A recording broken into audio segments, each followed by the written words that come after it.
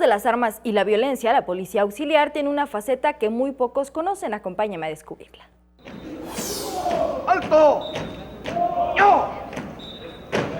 No solamente son armas, chalecos antibalas o persecuciones policíacas.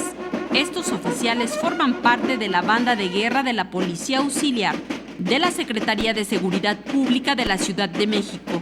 Una de ellas es Yasmín. Desde hace 3 años es policía. También es madre soltera. Parte de su cotidianeidad es levantarse a las 3 de la mañana para cumplir con ambos papeles.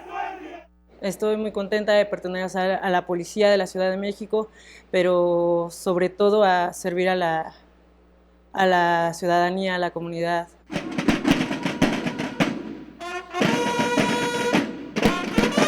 Desde hace 4 meses, Luis forma parte de la corporación.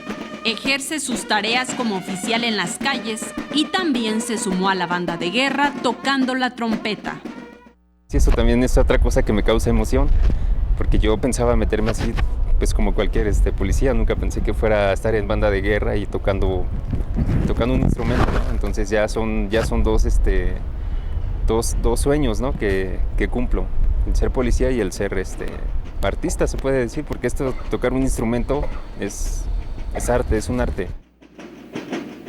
Han estado en diferentes eventos, en concursos nacionales, obteniendo los primeros lugares y por supuesto en las ceremonias más importantes de la Policía Capitalina y por supuesto en las ceremonias más importantes de la Secretaría de Seguridad Pública, entre otros.